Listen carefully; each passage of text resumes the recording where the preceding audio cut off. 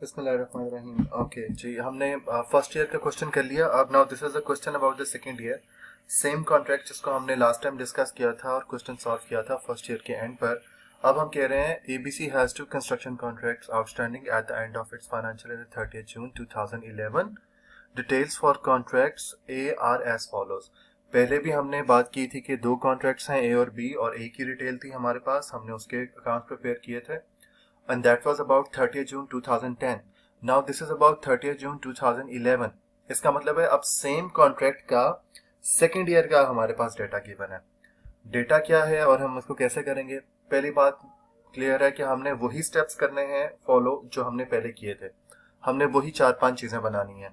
हमने overall result calculate करना है, रेवेन्यू कैलकुलेट करना है, एक्सपेंस कैलकुलेट करना है, फिर इन दोनों के डिफरेंस के साथ प्रॉफिट कैलकुलेट करना है, और फिर by the end of question हमने स्टेटमेंट ऑफ फाइनेंशियल पोजीशन के लिए जो एक्सट्रैक्ट प्रिपेयर होता है वो करना है।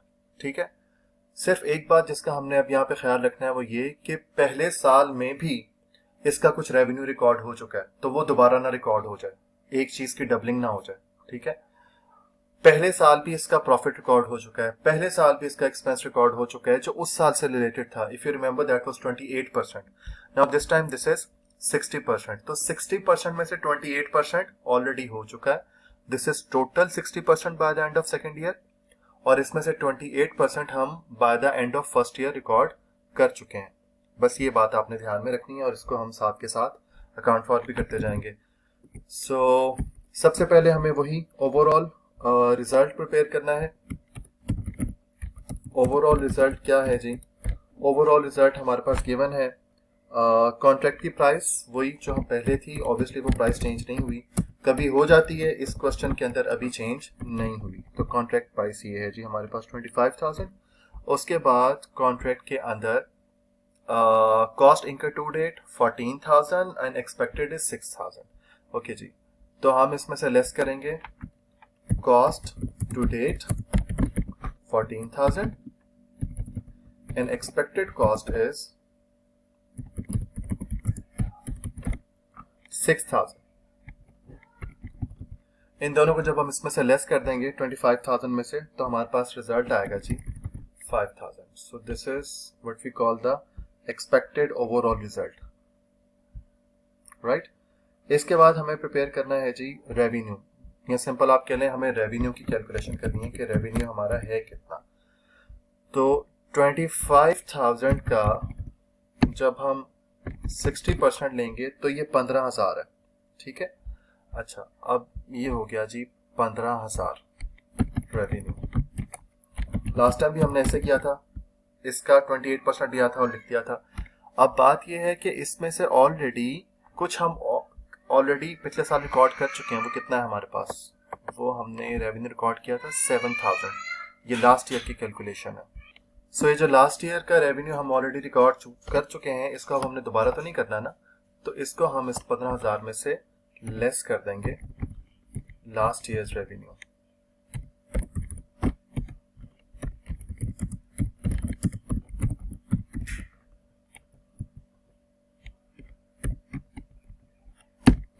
ओके जी, सो ये हमारे पास इस साल का रेवेन्यू आ गया। ठीक है, जो हमने इस साल में रिकॉर्ड करना है। उसके बाद जो हमें एक्सपेंस रिकॉर्ड करना है, तो एक्सपेंस रिकॉर्ड करने के लिए हम क्या करेंगे, दोबारा एक्सपेंस कैलकुलेट करेंगे। और एक्सपेंस हम कैसे कैलकुलेट करेंगे? ये जो हमारे पास है 14 एंड 60, 14,000 एंड 6,000, 20,000, इसका 60%। सो 20,000 का 60% लेंगे तो ये हमारे पास आ जाएगा जी 12,000। ये हमारे पास आ गया एक्सपेंस 12,000। ठीक है। और फिर इसमें से अगेन हम लेस कर देंगे लास्ट ईयर का, वो कितना है 5,500। सो 5,500 हम इसमें से लेस कर देंगे तो ये हमारे पास आ जाएगा जी 6,500। ये हमारा इस साल का एक्सपेंस है। और इसके बाद फिर हमें प्रॉफिटेबिलिटी जो कैलकुलेट करनी है, तो प्रॉफिटेबिलिटी के लिए अब हम दोनों सालों को इकट्ठा कर लेते हैं। हम कहते हैं जी ईयर 1 एंड देन ईयर 2, और ये इनका रेवेन्यू है और ये इनका रिस्पेक्टिव एक्सपेंस है।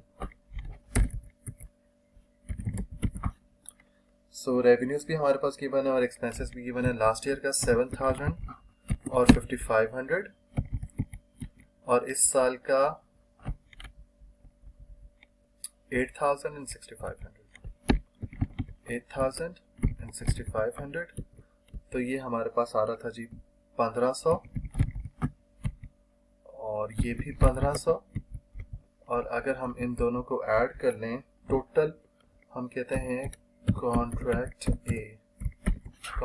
ए का टोटल अब तक 15 और ये 12, और इन दोनों का डिफरेंस ये 3000।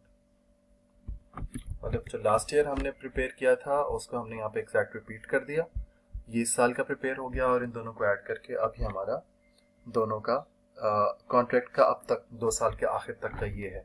और कॉन्ट्रैक्ट ऑब्वियसली अभी चलेगा, अभी कॉन्ट्रैक्ट 60% हुआ है तो आगे चलेगा 3rd 4th ईयर जितना भी है। Okay ji, finally we need to prepare the statement of financial position, उसका जो भी एक्सट्रैक्ट आएगा।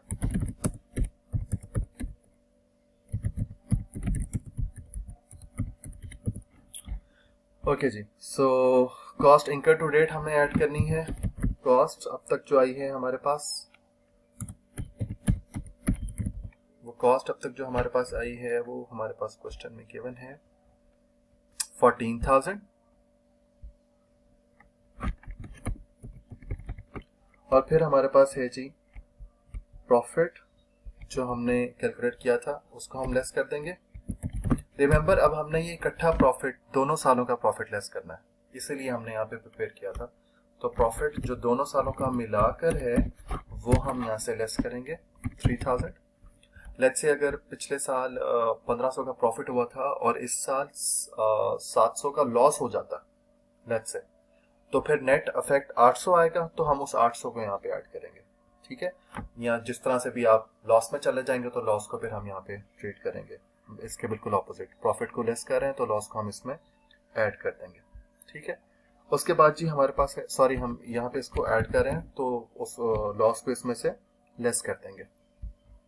उसके बाद हमारे पास है जी प्रोग्रेस बिलिंग, लास्ट टाइम नहीं थी, अब हमारे पास प्रोग्रेस बिलिंग क्वेश्चन के अंदर गिवन है। ये 12,000 की हमारी प्रोग्रेस बिलिंग है, तो उस प्रोग्रेस बिलिंग को हम इसमें से लेस कर देंगे। तो हमारे पास क्या आंसर आ रहा है जी, this plus this minus this. Okay ji, so हमारे पास जो ओवरऑल रिजल्ट आ रहा है दैट इज 5000। ठीक है, हम इसको कहते हैं amount due from the customer. तो अमाउंट ड्यू है कस्टमर से, तो ये रिसीवेबल है, इसीलिए हम इसको बैलेंस शीट में अपने पास रिकॉर्ड करते हैं। ये स्टेटमेंट ऑफ फाइनेंशियल पोजीशन में एक्सट्रैक्ट जाएगा। इतनी अमाउंट है जो कॉस्ट हमने इंकर की है, ऑब्वियसली वो कस्टमर से लेनी है, और इस कॉस्ट इंकर करने पे हमारी जो एफर्ट्स हैं, जो प्रॉफिटेबिलिटी है वो ऐड करके वो भी हमने लेना है। और ये जो 12,000 है ना, ये ऑलरेडी बिल इन प्रोग्रेस है। ठीक है जी, तो ये सेकेंड ईयर की स्टेटमेंट्स हैं हमारे पास।